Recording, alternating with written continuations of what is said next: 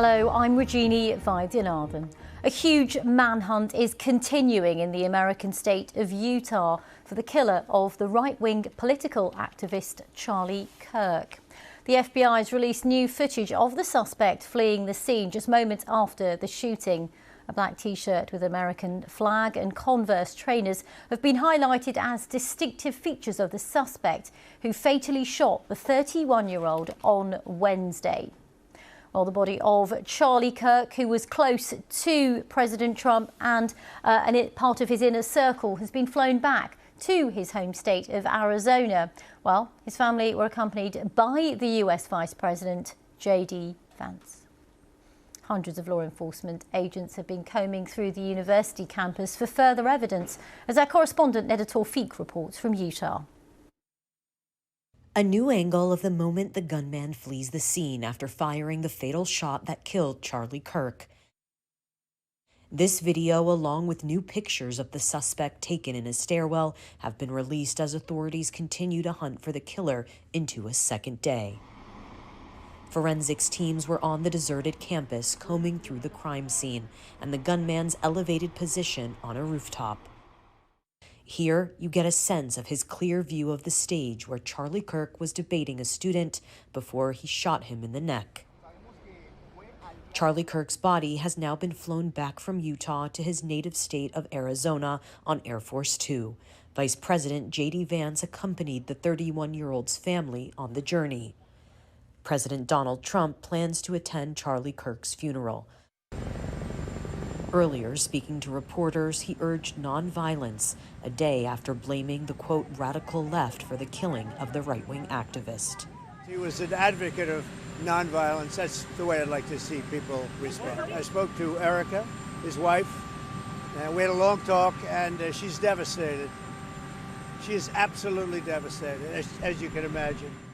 The FBI has offered a $100,000 reward for information, but without any new breakthroughs in the case or insight into the gunman's motive, speculation is rife online, something that worries Utah's governor.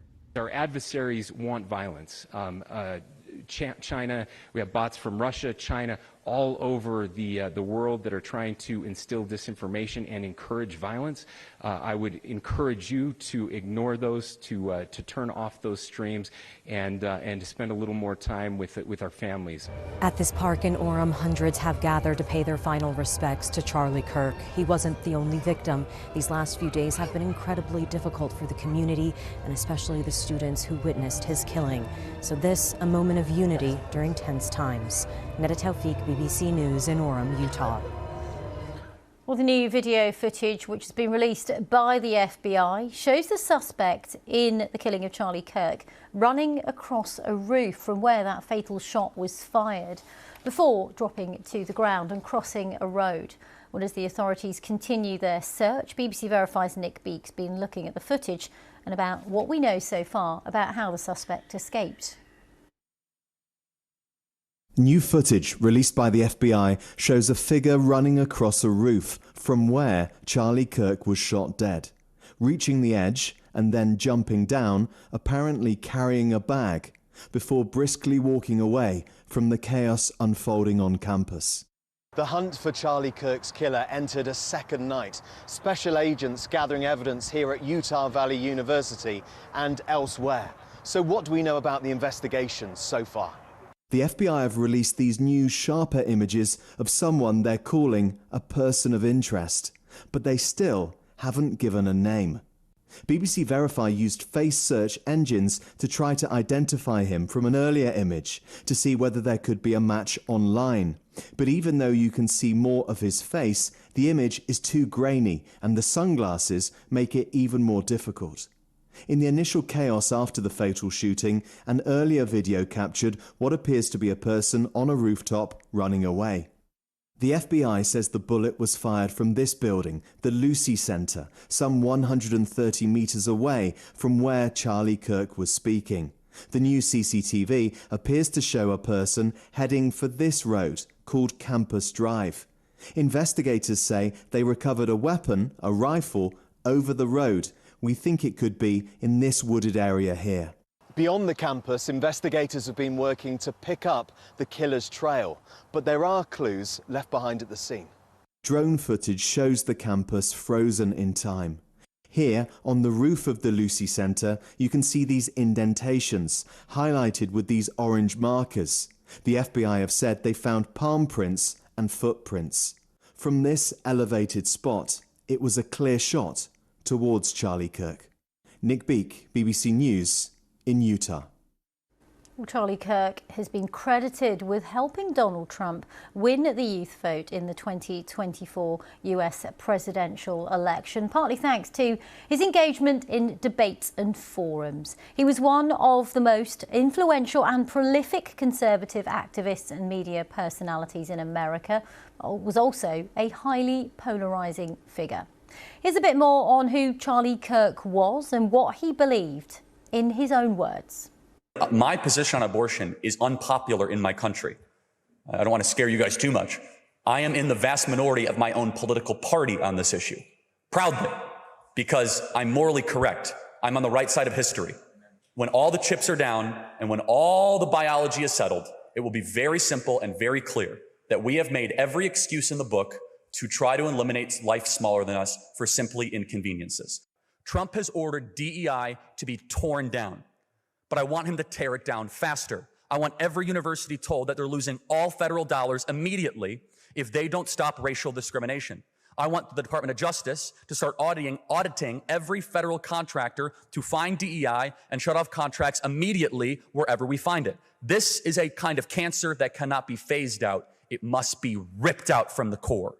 We should have an honest and clear reductionist view of gun violence, but we should not have a utopian one. You will never live in a society when you have an armed citizenry and you won't have a single gun death.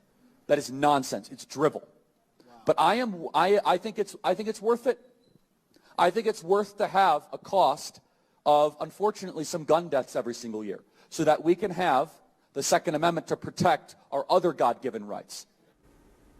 Charlie Kirk, in his own words. Well, let's speak to Jack Ross, the Chief Executive of Turning Point UK. That's an affiliate organisation, of course, of Turning Point USA, which, of course, Charlie Kirk founded in America back in 2012. Jack, welcome to BBC News. Unfortunate circumstances which bring us to talk to you. First of all, our condolences to you and all your members who are mourning Charlie Kirk. You've met him before. How would you describe the loss in your words? Thank you very much for having me on and for covering this in such extensive detail. We're shocked at Turning Point UK, horrified really. Charlie was a fantastic man. He was a very kind man as well. And I know you talked about a lot of controversial issues, but he didn't do this from a place of hate. His philosophy was, if we don't talk about controversial or important issues, genuine extremists will. And then you embolden them by not being silent about emotional topics as such. And likewise, his viewpoint was not so much to demonize or stigmatize people. It was to try and provide people with solutions to genuine problems. But certainly we're heartbroken. Charlie gave us everything in this country. He set us up. He's responsible actually for, via us, a lot of the political discourse in Britain, as well as making a lot of careers. But we are rattled, and it's so wrong that he was killed whilst reaching out to people. He genuinely believed in reaching across the political divide. He didn't believe in violence. His discussion was to encourage debate, and you can watch his clips. They'd always end with both him and the other person thanking each other, or in the majority of cases, and said he wanted to make the world a better place, and certainly we're worse off without him. You've met Charlie before. I just wanted to get your personal tribute to him and what it was like when you met him. Charlie was an incredible man. He's someone who can never be stumped, and that's what really impressed me about him, where we'd always ask him for advice and information, even about quite niche issues in Britain, and he'd always be able to give a fantastic answer. He was incredibly well educated, despite not going to university himself. And I think that was his most most impressive quality, as well as being incredibly kind. So after all of his events, he always made time for people. He had a fantastic memory. He'd always remember who people were and make an effort to speak to them. And even the students, when he was on campus, he'd always allocate time for people to come up and take photos or discuss or raise issues with him. And that's who he was, a really genuine, kind Christian family man. And it's just so horrible what happened to him. You yourself acknowledge that Charlie Kirk was a controversial figure. He was loved by so many, but many people did not agree with much of what he said. These are fractious and polarised times at the moment, aren't they, Jack? What do you think an organisation like yours can do to help bring people together at a time where, not just in the US, but here in the UK, it really feels like these are testing times? Well, certainly, as I mentioned, Charlie tried to bridge the divides with debate. That was one of the nice things. It's one of the nice things about Turning Point is I didn't agree with everything Charlie said. Charlie probably didn't agree with everything I believe.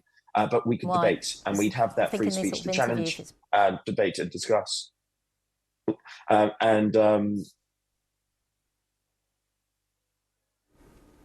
It's. Obviously, we don't know the full motives, but I think everyone can presume why this happened. We're certainly worried in the UK. We've had death threats from people. We've had people suggesting that we should be targeted in the UK as sort of the British Charlie Kirks, and that's quite depressing. It's really sad to see all the abuse he's received online, and certainly from our point of view, say this had happened to a prominent left-wing activist, we wouldn't be out cheering. We'd be offering our condolences and support. And I think it is worrying how polarizing things have become. But the only way to bridge the divide is to do as Charlie did, to go out and speak to people and debate. And even if you walk away from each other disagreeing, you can still shake hands and have that basic level of respect. I think action, and it's something Charlie really emboldened with his activism. Sorry, your line is breaking up a bit, Jack, but you did touch on something that's quite concerning that gets to the heart of some of the tensions at the moment. You say that since Charlie Kirk's death, your organisation has also received death threats here in the UK. Yeah, so we've had people say online and highlight, oh, by the way, there's UK Turning Point, maybe someone should go after them. We've had people send us horrific abuse. We've had horrific sort of images of Charlie sent to us with laughing emojis. And it's really heartbreaking. It's, again, the internet isn't the real world, but it's certainly concerning that these people are out there and hold these extremist views. OK. Jack Ross, thank you very much for sharing your thoughts and tributes, and of course your assessment of these current times as well, and of course worrying to hear the threats that your organisation is facing as well. Do stay safe, Jack, and thanks for taking the time.